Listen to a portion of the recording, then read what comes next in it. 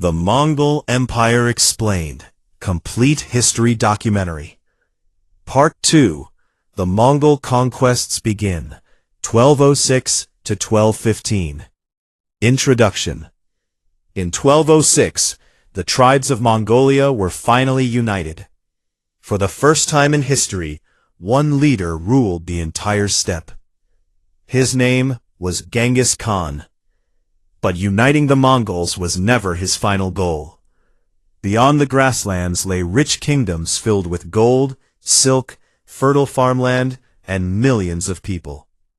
To Genghis Khan, conquest meant more than wealth. It meant security.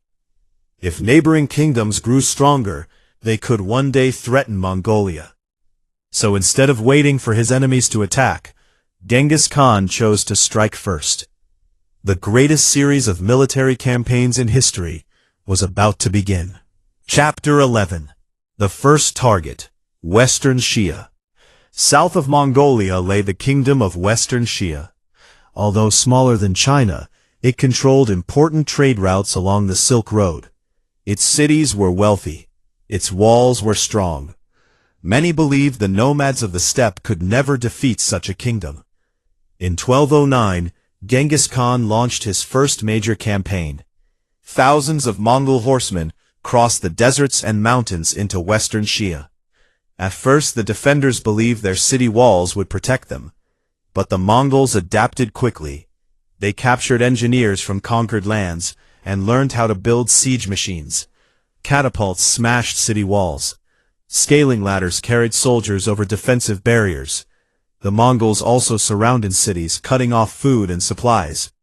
After months of fighting, Western Xia surrendered. Its ruler agreed to pay tribute and recognize Genghis Khan as his superior. The victory proved something remarkable. The Mongols were no longer just masters of open-field warfare. They could conquer fortified cities as well. The world had begun to notice. Chapter 12. The War Against the Jin Dynasty. After defeating Western Xia, Genghis Khan turned toward a far greater enemy. The Jin dynasty ruled northern China. It possessed millions of people, enormous cities, and one of the largest armies in Asia. Many believed the Jin Empire was too powerful to defeat. Genghis Khan disagreed. In 1211, nearly 100,000 Mongol cavalry crossed the Great Wall. The invasion shocked the Chinese Empire. The Mongols moved with extraordinary speed. They avoided long battles whenever possible. Instead, they attacked supply lines, isolated enemy forces, and struck where defenses were weakest. Chinese generals often found themselves chasing an enemy that had already disappeared. Without warning, the Mongols attacked again from another direction. Their mobility became their greatest weapon. Within only a few years, vast regions of northern China fell under Mongol control. Entire armies were defeated. Fortresses surrendered. The Jin dynasty realized it was facing an enemy unlike any it had encountered before. Chapter 13. The Secret of Mongol Warfare. The Mongol army was not the largest in the world, but it was one of the most effective. Every soldier was an expert horseman. Most warriors traveled with 3 or 4 horses. When one horse became tired, another immediately replaced it.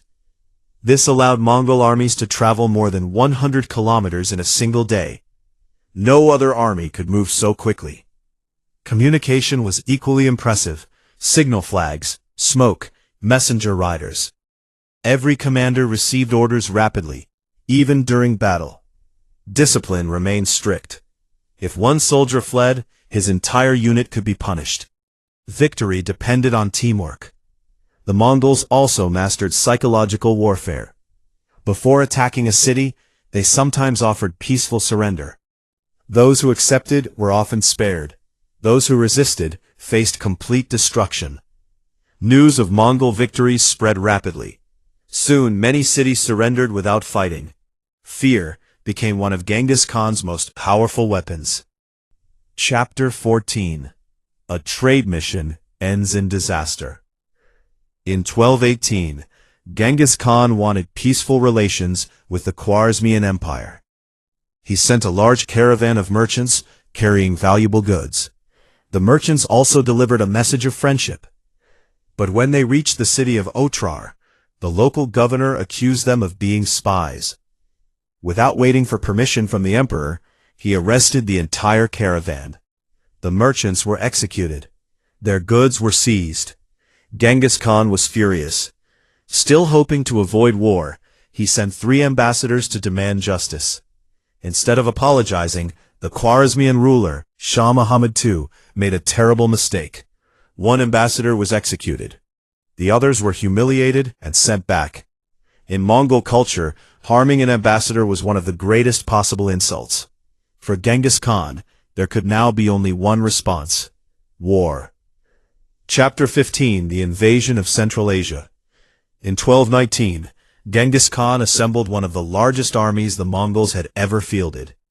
More than 100,000 experienced cavalry crossed into Central Asia. The Khwarazmian Empire expected a single invasion.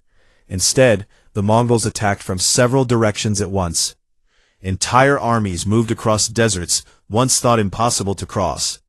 Cities that believed they were safe suddenly found Mongol horsemen at their gates. The speed of the invasion shocked everyone. Shah Muhammad struggled to organize his defenses.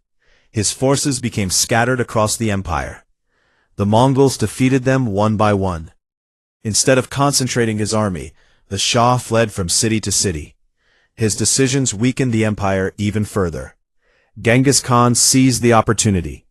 The conquest had begun.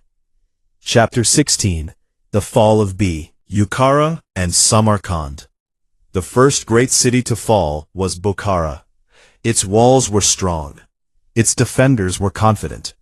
But the Mongols surrounded the city and quickly broke through its defenses. After entering Bukhara, Genghis Khan reportedly addressed the city's people. He declared that their leaders had brought destruction upon themselves through arrogance and betrayal. Soon afterward, the Mongols marched towards Samarkand, the greatest city in the Khwarazmian Empire. It was heavily fortified and defended by tens of thousands of soldiers. Yet even these defenses failed. The Mongols used siege engines, psychological warfare, and surprise attacks. Many defenders surrendered, others deserted. Within days, Samarkand was under Mongol control. The loss of these 2 magnificent cities shattered the heart of the Khwarazmian Empire. The once powerful kingdom was collapsing before the world's eyes. Chapter 17: The Fall of an Empire. Shah Muhammad fled west, hoping to escape the Mongols. Genghis Khan ordered 2 of his greatest generals, Subutai and Ögedei, to pursue him. They chased the Shah across mountains, deserts, and rivers for thousands of kilometers. The emperor never managed to rebuild his army. Exhausted and defeated, he escaped to a small island in the Caspian Sea. There, in 1220, Shah Muhammad died alone. His empire had disappeared. Meanwhile, Mongol armies continued advancing across Persia and Central Asia. Cities that resisted were destroyed. Those that surrendered were often spared. Within only a few years, one of the richest empires in the Islamic world had ceased to exist. The conquest amazed historians for centuries. Never before had an empire collapsed so quickly before such a fast-moving army. Chapter 18: The Battle of the Khalkha River.